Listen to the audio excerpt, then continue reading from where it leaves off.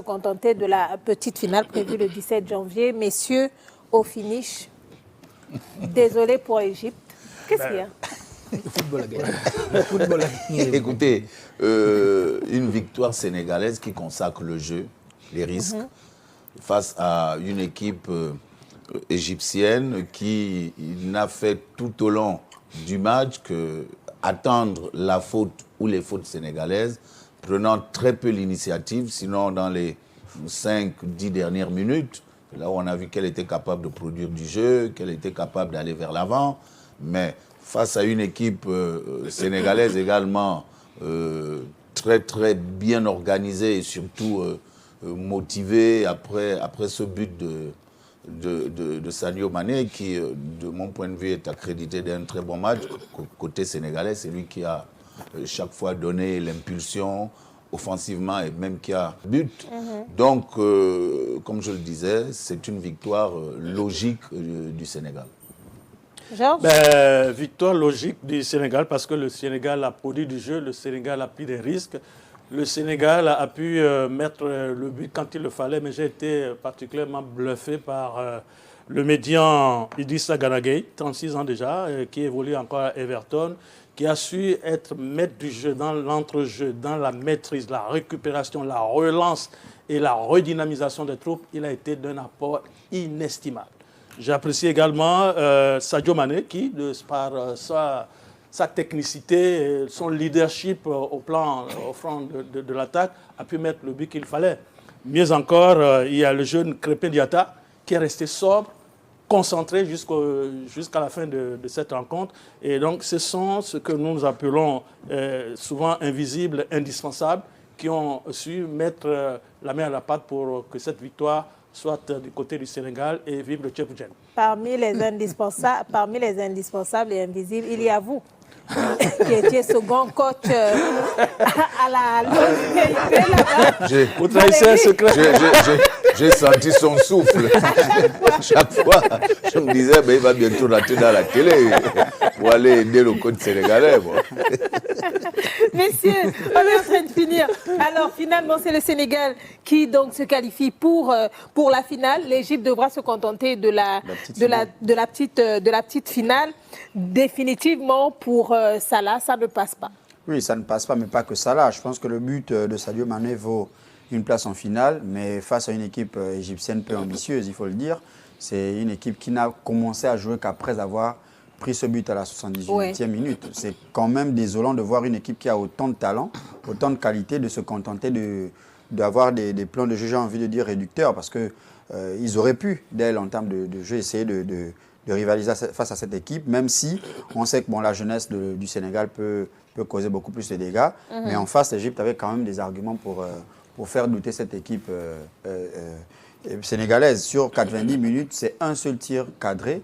Lorsqu'on voit la qualité des joueurs que l'Égypte a, c'est quand même famélique. Maintenant, en face, il faut saluer le Sénégal qui, dès le début du match, a pris le contrôle de la partie, aussi bien en termes d'intensité que de rythme. Donc, c'est mérité. Mérité pour le Sénégal, mérité pour Sadio Mané, qui, au-delà des critiques, au-delà du fait qu'on parle très souvent de son âge, une fois de plus, c'est l'ancien, il montre le chemin. Et on peut voir encore, même sur la fin, qu'il est celui-là qui demandait aux garçons de se calmer parce que le job n'est pas fini. Dès l'entame de cette compétition, le Sénégal a dit qu'il venait pour le titre. Mais là, ils ont validé leur ticket pour la finale, quitte à aller finir le job.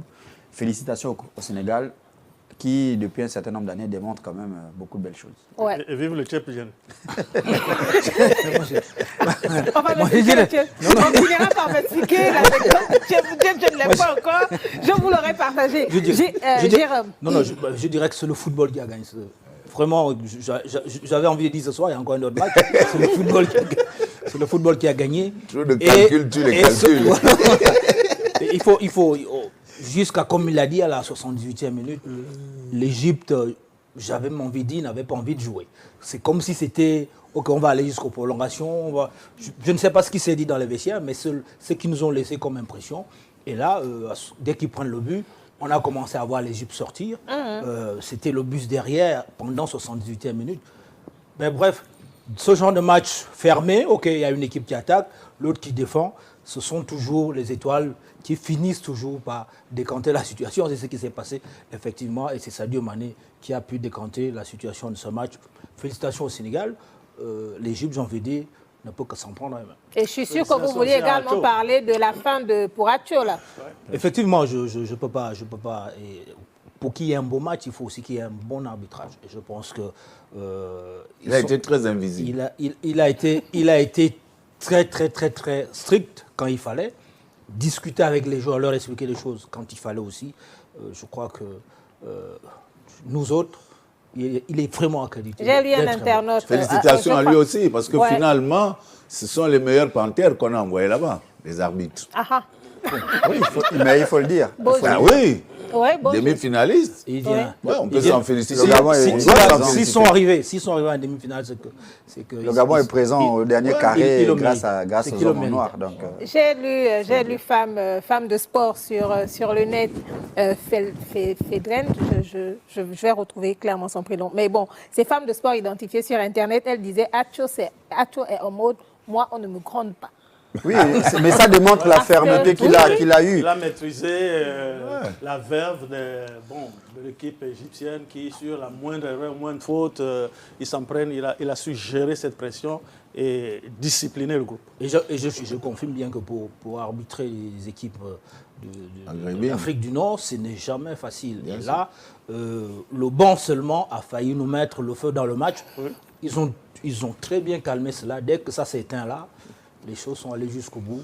Bravo à nos arbitres. Alors, le chef de service de l'information vient de me Raïssa, je voudrais parler du coach sénégalais qui a pris la succession d'Aliou Cissé et puis qui là maintient quand même, maintient là-bas, arrivant en finale. Bon, on ne peut pas aujourd'hui dire ce qui va se passer en finale, mais c'est déjà bien. C'est également un challenge qu'il a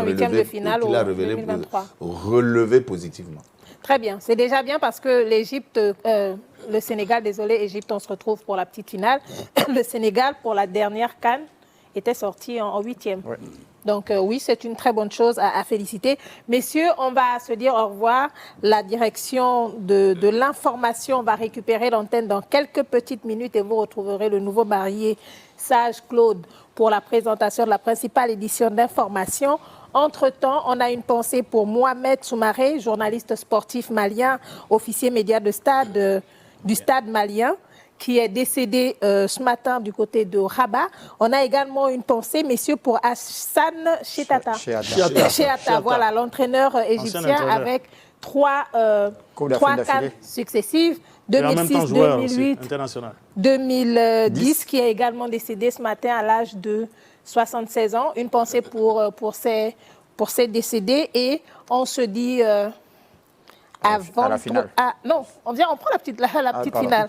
Donc, on se donne déjà rendez-vous le 17 janvier lorsqu'il sera 16h pour une petite finale qui se disputera à 17h. Vous êtes sur Gabon Première. Merci de nous avoir suivis. Merci à nos experts. On vous retrouve avec plaisir donc le samedi lorsqu'il sera 16h sur Gabon Télévision pour la petite finale. Et tout à l'heure, on saura tous depuis nos écrans qui pour rencontrer l'Égypte et qui pour croiser le Sénégal.